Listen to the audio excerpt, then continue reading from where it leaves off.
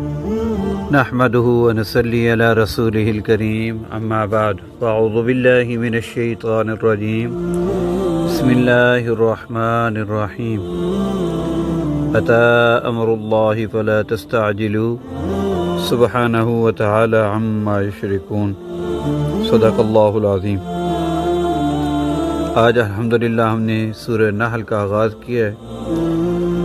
سورہ نحل 14ویں پارے کے اندر ہے، اور نحل کا مطلب ہوتا ہے کہ شہد کی مکھی، کیونکہ اللہ تبارک تعالیٰ نے اس کے اندر بہت ساری اپنی قدرت کی نشانیاں بتائی ہیں۔ اللہ رب العزت نے انسانوں کے بارے میں کہ تمہیں اللہ تبارک تعالیٰ نے یہ نعمتیں عطا فرمائی ہیں، تو ان میں ایک نعمت یہ کہ شہد کی نعمت اللہ رب العزت نے کہ کیسے یہ مکھی شہد بناتی ہے، اور کیسے یہ یعنی اللہ تبارک تعالیٰ نے شفا اس کے اندر رکھی ہے، اور ایسا کوئی بنانے والا نہیں ہے۔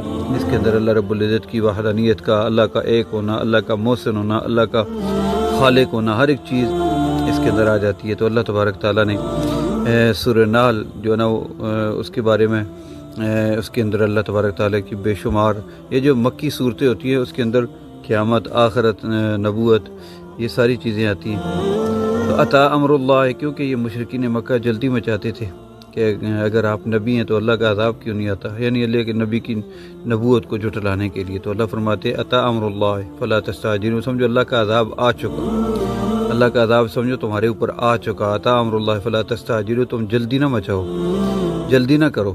آ چکا سے مراد یہ ہے کہ اللہ کے نبی جب ہجرت کر کے مدینہ کے اندر تشریف لے گئے، اس کے بعد بدر کے اندر بڑے بڑے سردار یہ سارے جو ہے نا وہ مارے گئے، اور اس کے بعد کئی جنگوں کے اندر پھر اسی طرح مشرکین کے سردار بڑے بڑے جو ہے نا وہ جہنم رسید ہوئے۔ تو اللہ تبارک تعالیٰ کا عذاب ایک تو ہوتا ہے اجتماعی، اور ایک اللہ رب العزت اپنے پاک نیک بندوں کے ذریعے یہ کام اللہ رب العزت کراتے ہیں کہ کافروں کو جو ہے نا وہ جہنم رسید کرانا۔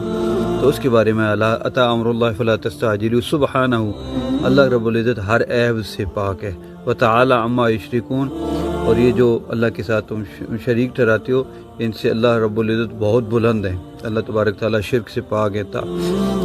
اور اسی طرح فرمایا کہ سبحانہ وتعالی عما یشرکون ینزل الملائکۃ بالروح، تم اللہ کے نبی کی نبوت کو نہیں مانتے کہ یہ نبی نہیں ہے، تو اللہ تبارک تعالیٰ نے فرمایا کہ اللہ جس کے اوپر چاہتے ہیں نازل کرتے ہیں فرشتوں کے ذریعے، یعنی روح کو، یعنی وہی اللہ تبارک تعالیٰ نازل کرتے ہیں۔ یعنی اس کو روح کیوں کہا گیا کہ اس کے ذریعے، وہی کے ذریعے روح کی اصلاح ہوتی ہے۔ تو اللہ فرماتے ہیں ینزل الملائکۃ، فرشتوں کے ذریعے اللہ نازل کراتے ہیں، فرشتوں کے ذریعے اللہ بھیجتے ہیں، نازل کرتے ہیں۔ ینزل الملائکۃ بالروح من امرہ علی من یشاء، اللہ اپنے حکم کو نازل کرتے ہیں، من امرہ علی من یشاء من عبادہ، جس کے اوپر چاہتے ہیں اپنے بندوں میں سے۔ یہ نہیں ہے کہ تمہاری مرضی سے کوئی نبی آئے گا، نہیں، بلکہ اللہ رب العزت جس کے اوپر چاہتے ہیں اس کے اوپر نازل کرتے ہیں وہی۔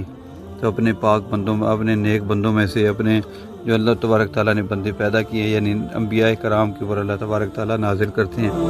ینزل الملائکۃ بالروح من امرہ علی من یشاء من عبادہ ان انذروا انہ لا الہ الا انا فاتقون، ان انذروا انہ لا الہ، کہ فرشتوں کو اللہ نے حکم، نبیوں کو اللہ حکم دیتے ہیں کہ ان کو ڈراؤ، ان انذروا انہ لا الہ الا انا فاتقون، کہ اللہ کے سوا کوئی معبود نہیں ہے، اللہ کے سوا کوئی معبود نہیں، اور اللہ سے ڈرو۔ کیوں اللہ تبارک تعالیٰ اپنے نبیوں کے ذریعے کیا کہہ رہے ہیں کہ ڈراتے ہیں نبی، اور تاکہ لا الہ الا اللہ کے سوا کوئی معبود نہیں، یعنی اگر اس کلمے کا اقرار نہیں کرو گے تو پھر اللہ کا عذاب تمہارے اوپر آئے گا۔ تو جیسے آج بچے کو کہا جاتا ہے نا کہ کل تمہارا امتحان ہے، ڈرو، تو ڈرو سے مراد نہیں ہے کہ امتحان سے ڈرو، یعنی تیاری نہیں کی۔ تو اللہ تبارک تعالیٰ بھی یہی کہہ رہے ہیں کہ اللہ کو معبود مانو ورنہ اللہ سے ڈرو۔ ان انذروا انہ لا الہ الا انا فاتقون خلق السماوات والارض بالحق، اللہ تبارک تعالیٰ نے ہر ایک چیز کو، یعنی کیوں مانو اللہ رب العزت کی وحدانیت کو، کہ خلق السماوات، اللہ نے زمین و آسمان پیدا کیا، خلق السماوات والارض بالحق، حق کے ساتھ، یعنی اللہ تبارک تعالیٰ کی کوئی حکمت ہے، یہ نہیں ایسے ہی پیدا ہو گیا، خود بخود پیدا ہو گیا، یا ایسے اللہ نے پیدا کر دیا، بلکہ اللہ تبارک تعالیٰ کی حکمت ہے۔ حکمت کیا ہے کہ اللہ تبارک تعالیٰ نے پھر انسانوں سے حساب بھی لینا ہے، حکمت ہے اس کے اندر، کیونکہ مرنے کے بعد جنت ہے یا جہنم ہے۔ خلق السماوات والارض بالحق تعالی عما یشرکون، اللہ بہت بلند ہے، عما یشرکون، اور یہ جو عما یشرکون، تعالی اللہ عما یشرکون، اللہ ہر ایک عیب سے یعنی شرک سے پاک ہے، اس سے اللہ تبارک تعالیٰ بہت بلند ہے. تعالی عما یشرکون خلق الانسان من نطفۃ. پھر اللہ تبارک تعالیٰ انسان کو یہ بتلا رہے ہیں آگے اللہ نے انسانوں کی بارے میں کہ ان کو اللہ نے کیا نعمتیں دی ہیں. اس سے پہلے اللہ انسان کی تخلیق کے بارے میں بتا رہے ہیں. خلق الانسان من نطفۃ کہ انسان کو اللہ تبارک تعالیٰ نے ایک نطفہ سے پیدا کیا, گندے قطرے سے پیدا کیا. خلق الانسان من نطفۃ فاذا هو خصیم مبین. پھر بھی یہ جھگڑتا ہے, یعنی اللہ کے ساتھ جھگڑنے سے مراد یہ ہے کہ اللہ کی وحدانیت کو نہیں مانتا, اللہ کی قدرت کو نہیں مانتا, اللہ رب العزت کی ہر ایک تخلیق کو نہیں مان رہا اور یہ جھگڑ رہا ہے.